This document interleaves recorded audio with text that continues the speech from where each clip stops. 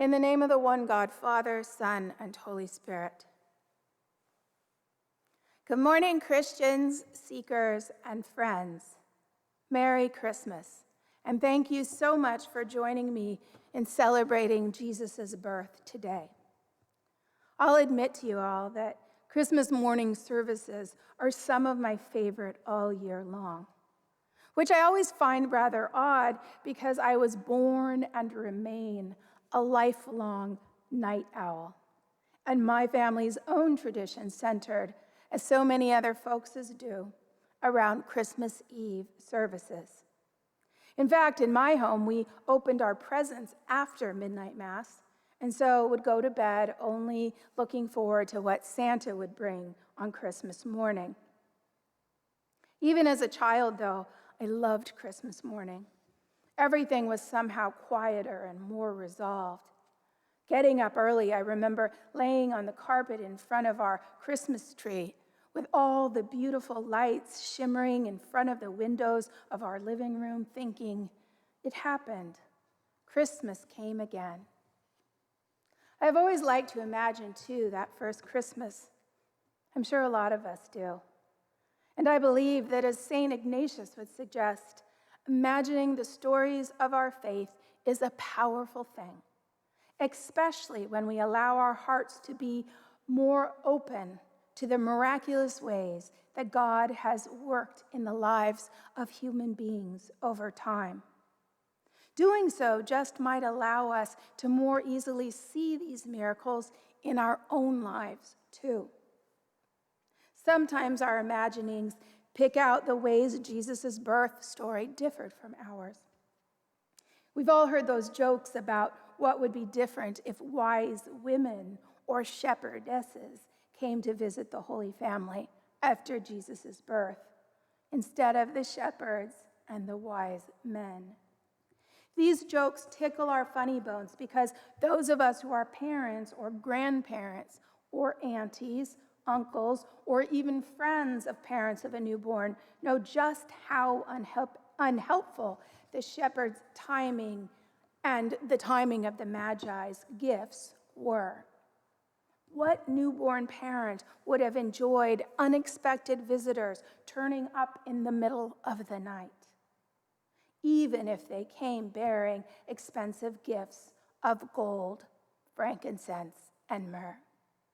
I mean, folks sometimes talk about those who were born with a silver spoon in their mouth, but truthfully, no newborn has any use for a silver spoon, let alone gold, frankincense, or myrrh.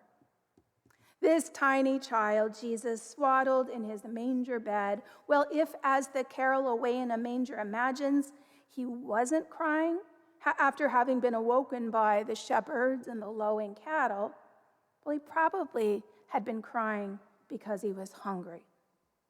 And Mary, as beatific as she may look in the starlight, now clearly looks as tired as a woman who has just given birth looks when she's been up all night. These are the things that become clear on Christmas Day in the morning. Mother Mary needs rest, and Joseph, also weary from lack of sleep and worry, is concerned for both his wife and child.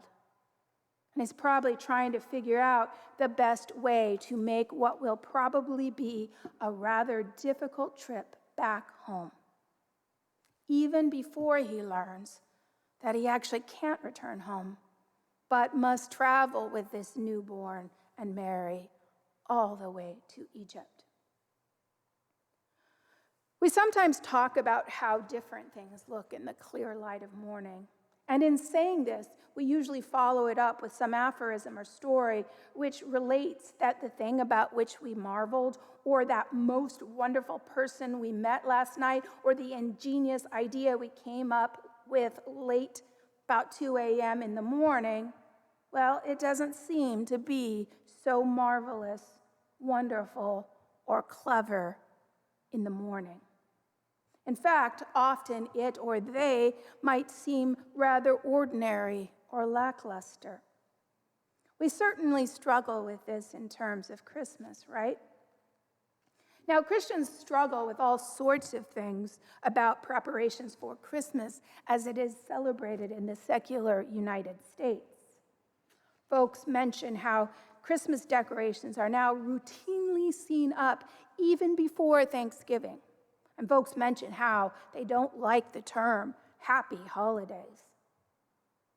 Other folks mention how we need to keep the Christ in Christmas, and some more churchy Episcopalians even may take a turn at Advent policing, checking off who has observed Advent fully. So Advent wreath up with appropriate candles, check. Advent calendar or Jesse tree, check, check. Christmas tree? Wait, now that wasn't supposed to happen until this morning.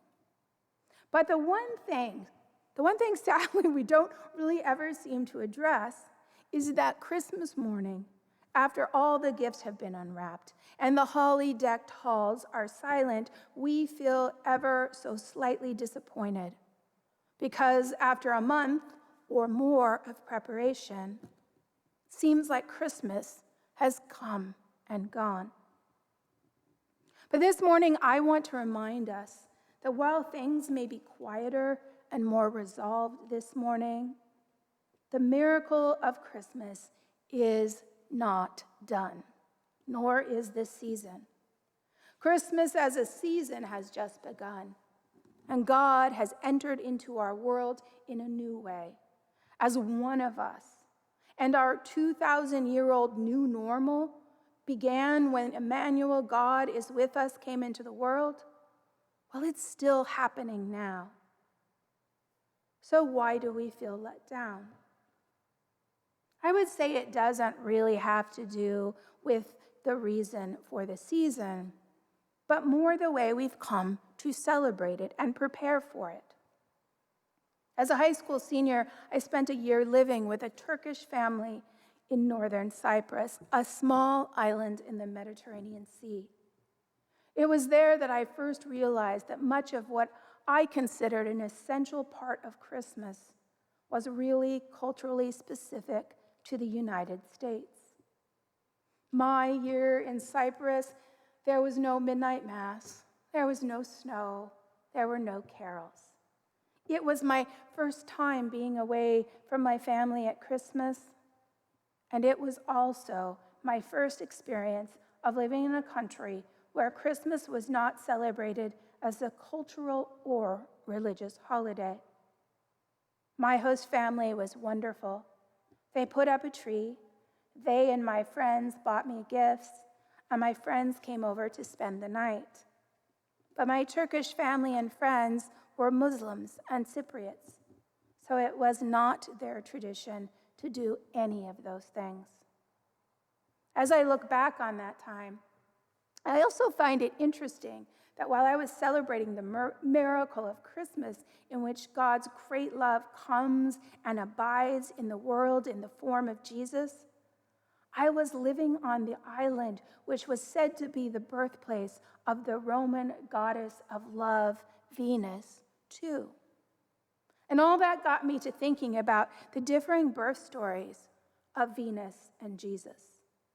And the difference is profound. The God of Israel is a relational God of love who made a covenant and a promise with the nation of Israel and the house of David. In order to fulfill and to expand his promise to all humanity, the God of Israel sent his only begotten Son to be born into the world to live with us. Venus, on the other hand, the Roman goddess of love and beauty, while seen by Romans as their ancestor, as she was the mother to Aeneas, who fathered Roman founders Romulus and Remus. Well, she came into the world as a result of a bitter and violent feud between her father, the god Uranus, and his son Kronos, who, when wounding his father, as Uranus's blood fell into the sea, Venus was fully formed. The beginning of these two different and distinct gods of love couldn't have seriously been farther from one another. The God of the Jews was a relational God who freed God's chosen people, whereas many of the Greek, Roman, and other gods of the ancient empires often acted just like the unjust, tyrannical, and cruel rulers and kings of the ancient world. Into a Roman world, though, Jesus was born. While he was born in Bethlehem, his nation was under Roman rule. Like other occupied nations of the time, they were allowed to practice limited self-rule with a regional leader, Herod, charged with keeping the peace in the region. So while Jesus was born into the house of David, his birth was not a birth meant for an earthly king. As today's gospel suggests, he was actually born in a barn, a tiny baby born into a tense region of the empire, entirely vulnerable and dependent on human parents and other human beings around him. In this Christmas miracle, the God of Israel chooses to combine humanity and divinity in a way never conceived of or experienced before, meaning he entrusted us with the care of his own Son. Recalling the Christmases of my youth, I will always remember fondly our family traditions, the midnight mass, and how my sisters and I would often sing for church. This year, I find myself remembering the year we sang The Little Drummer Boy.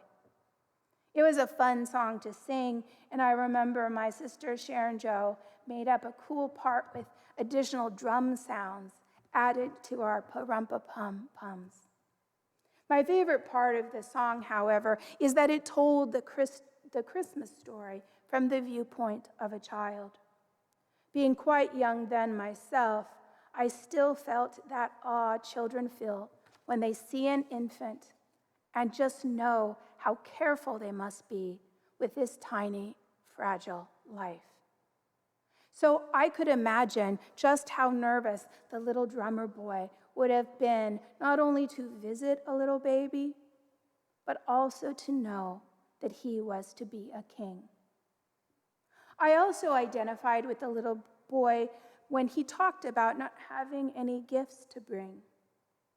I understood that all too well, too.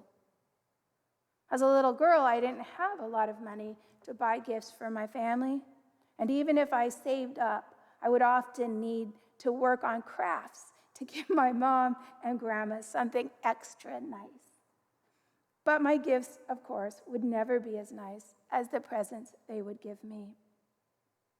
One year in particular, however, I remember being acutely aware of how paltry my gift was in comparison to the one given me.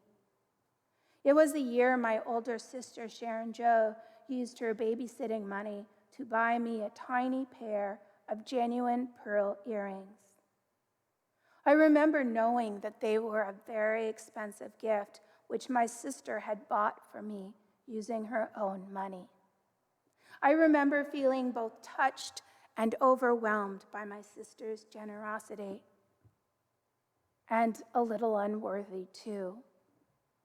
Why had she entrusted me with such a grown-up gift? What if I lost them? Being really aware of the value and significance of something, like those earrings, made me more careful with them. Because here I am, still wearing those little pearl earrings over 40 years later. I wore them that year in Cyprus, and I wore them in dorm rooms and houses, apartments, and countries all over the world. Like the little drummer boy, my sister honored me and gave me the finest gift she could bring. And I did, and indeed still do feel honored by her gift and try to live up to it. Christians, God has honored us with an even greater gift at Christmas. So this morning, let's reflect on this miracle entrusted to us and continue to celebrate that God is with us. Let us fully embrace the hope and promise of this morning and open our eyes and heart to the promise that is still growing into fulfillment now. God is with us, and we have been entrusted with nurturing and caring for God's hope, love, peace, and joy in the world. And so this night owl wakes up joyfully on Christmas mornings, knowing that all the decorations we've put up, all the gifts we've given or received cannot hold a candle to the amazing gift that came as a little infant asleep on the hay. What a gift God brought into the world that first Christmas. Like the parable of the pearl in Matthew's Gospel, our Christmas miracle is a pearl of great price, and we are being asked to guard it and to be willing to get rid of everything else that we have to make sure that we give it a home. Joy to the world, Christians.